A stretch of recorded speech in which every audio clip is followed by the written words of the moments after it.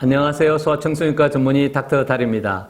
오늘은 택시에 대해서 한번 이야기를 해보도록 하겠습니다. 여러분들이 전 세계를 여행하다 보면 다양한 종류의 택시들에 마주치게 됩니다. 저 같은 경우는 뉴욕을 여행할 경우에 우버 택시를 많이 이용했는데 상당히 괜찮았습니다. 우리나라 같은 경우는 서울에서는 주황색 택시가 달리고 있고 뉴욕에서는 옐로우캡이라 해서 노란색 택시들이 다니고 있습니다. 영국 런던의 경우에는 블랙캡이 다니고 있습니다. 이렇게 세계 여러 나라에는 다양한 택시들이 있는데 여기서 돌발 퀴즈입니다. 각국의 택시 운전사들의 기억력을 조사한다 그러면 어느 나라 택시 운전사들이 가장 기억력이 좋을까요? 우리나라를 대표하는 서울의 주황색 택시일까요? 아니면 뉴욕의 옐로우캡일까요? 아니면 런던의 블랙캡일까요? 1등은 아무도 이의를 제기하지 않는 영국 런던의 블랙캡입니다. 그렇다면 왜 영국의 블랙캡이 세계에서 가장 좋은 기억력자들일까요? 그것은 택시 운전사가 되기 위한 제도의 차이가 있다고 보시면 됩니다. 우리나라의 경우에는 실기시험이 그다지 어렵지 않다고 합니다. 실기시험 통과자들이 90% 정도 되고 사실은 시험 장소에 출석만 한다 그러면 통과를 할 수가 있다고 합니다. 물론 택시 운전사 시험을 통과를 하는가 하고 면허를 받는가 하고는 조금 차이가 있습니다. 시험을 통과하는 것을 기준으로 본다면 영국 블랙캡이 단연탑입니다. 그러면 영국 런던의 블랙캡은 왜 세계 최고의 기억력자들일까요? 그것은 시험 자체가 굉장히 어렵기 때문입니다. 영국에서 블랙캡이 되기 위해서는 최소한 2년에서 4년 정도를 학원을 다니면서 공부를 해야 됩니다. 그리고 Knowledge of London이라는 런던 지식시험을 통과를 해야 되는데 이것이 5단계로 되어 있고 굉장히 어렵기 때문입니다. 영국 런던에 가보면 지금 보이는 사진과 같은 체링 크로스라는 곳이 있습니다. 영국의 번화가 중에 한 곳인데 이 체링 크로스를 기점으로 해서 반경 10km 이내에 약 25,000개의 도로가 있습니다.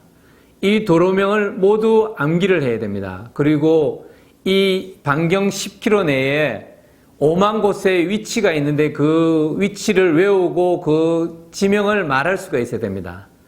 그리고 최종 시험으로는 심사관을 태우고 지정한 곳까지 가장 빠른 거리로 최단시간에 도착을 해야만 통과를 하게 됩니다.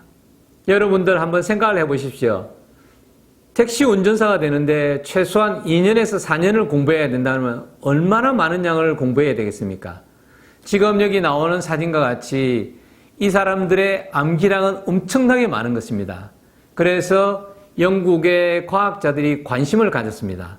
과연 이 사람들의 뇌에 어떤 변화가 있을까? 그것을 조사하기 시작한 것입니다. 이 과학자들이 조사한 것은 우리 뇌 중에서도 학습과 관계된 그리고 기억과 관계된 해마라는 부위를 촬영을 해보았습니다. 그래서 이 사람들이 처음 택시 운전사가 되기 위해서 공부를 하는 시점, 그리고 택시 운전사가 되었을 때, 그리고 10년 정도 지난 다음에, 그리고 택시 운전사를 그만두었을 때 MRI 사진을 찍어서 그 해마라는 부위가 어떻게 변화하는지를 지켜보았던 것입니다. 사실 이전에는 우리가 뇌에 대해서 잘못된 통념을 가지고 있었습니다. 우리 뇌의 신경세포는 한번 만들어지면 더 이상 생성되지 않는다. 또한 한번 손상이 되면 더 이상 재생이 안 된다는 것이 통념이었습니다.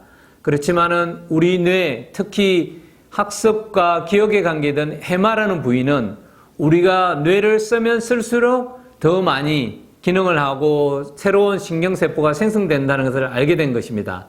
그래서 이 사람들의 MRI를 촬영했을 때 이 사람들이 공부를 많이 하면 많이 할수록 그리고 택시 운전을 많이 하면 많이 할수록 그 학습과 기억과 관계된 해마라는 부위가 굉장히 커졌습니다. 그리고 놀랍게도 이 사람들이 택시 운전을 그만두었을 때는 이 해마라는 부위가 줄어들었습니다. 우리가 이것을 통해서 알 수 있는 것은 아이들의 뇌는 변해가는 것을 알고 있습니다. 하지만 성인들은 뇌가 크게 변하지 않는다고 우리는 생각하지만은 여기서 택시 운전을 하기 위해서 공부를 한 사람들은 20대도 있고 30대도 있고 40대도 있습니다. 즉 나이가 들어서 공부를 하더라도 우리 뇌는 변화가 있다는 것입니다.